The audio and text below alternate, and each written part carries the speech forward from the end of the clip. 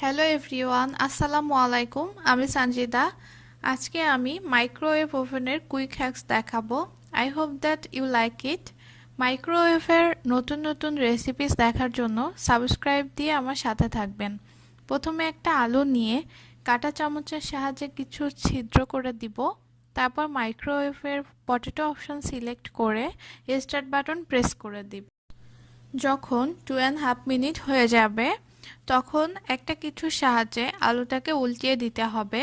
তারপর আবার start button press করে অপেক্ষা করতে হবে আবারও 2.5 মিনিট অ্যান্ড দেন রেডি।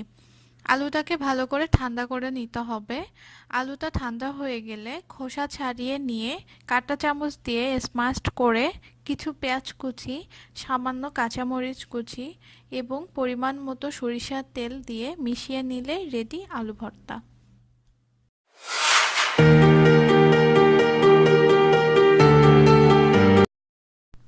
একটা টমেটো নিয়ে নিলাম।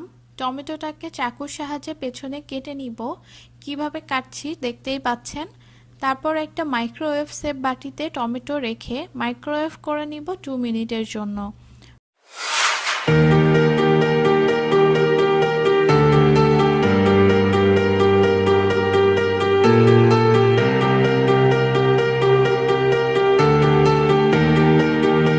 টমেটো ঠান্ডা করে খোসা ছাড়িয়ে নিতে হবে। সামান্য লবণ, কাঁচামরিচ, পেঁয়াজ মিশিয়ে নিলেই রেডি হয়ে যাবে টমেটো ভর্তা। আর খাওয়ার আগে আপনারা পরিমাণ মতো সরিষার তেল মিশিয়ে নেবেন। যদি আমার এই ভিডিওটি ভালো লাগে লাইক দিবেন এবং কমেন্ট করে জানাবেন অন্য কোন রেসিপিস দেখতে চান। মাইক্রোওয়েভ ওভেন প্রুফ কাপে দুধ নিয়ে বয়েল করে নিব 1 মিনিটের জন্য। বাট খেয়াল রাখতে হবে দুধটা পড়ে না যায়। এর জন্য 30 সেকেন্ড হলে জাস্ট ওভেনের গেটটা খুলে আবার লাগিয়ে স্টার্ট বাটন প্রেস করলেই হবে। তারপর চিনি আর কফি মিশিয়ে নিলেই তৈরি quick coffee. And then enjoy your coffee.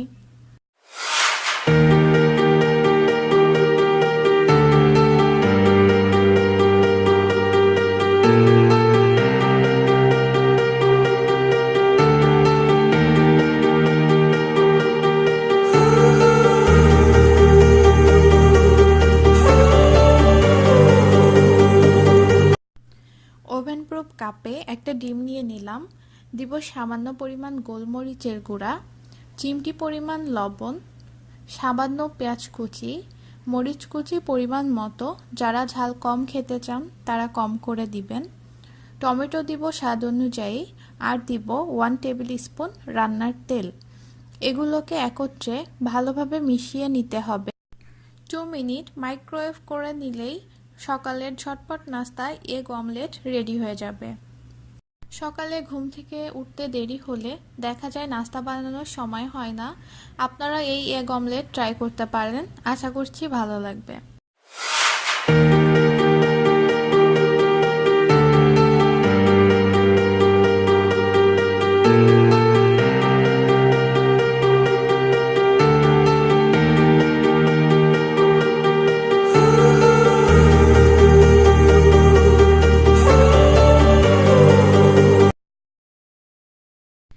আমি মিডিয়াম সাইজের একটা লেবু নিয়ে 2 ভাগ করে কেটে নিয়েছি।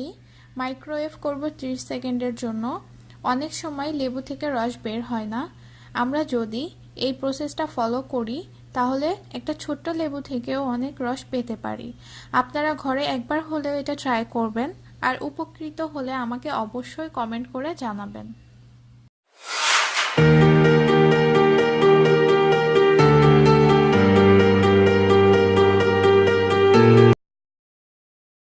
রেডিমেড পাঁপড় নিয়ে জাস্ট 1 মিনিট মাইক্রোওয়েভ করে নিলেই পাঁপড়টা রেডি হয়ে যাবে খাওয়ার জন্য।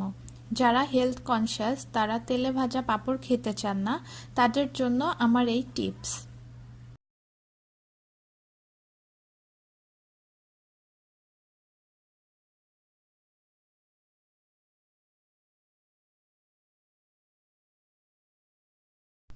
ওভেন প্রুফ প্লেটে বাদাম নিয়ে নিলাম। এখন 1.5 মিনিটের জন্য মাইক্রোওয়েভ করে নিলেই বাদাম ভাজা হয়ে যাবে কোনো প্রকার ঝামেলা ছাড়াই। আর যদি দেখেন তারপরও বাদাম কাঁচা রয়ে গিয়েছে তাহলে আরও 30 সেকেন্ড মাইক্রোওয়েভ করে নিতে পারেন।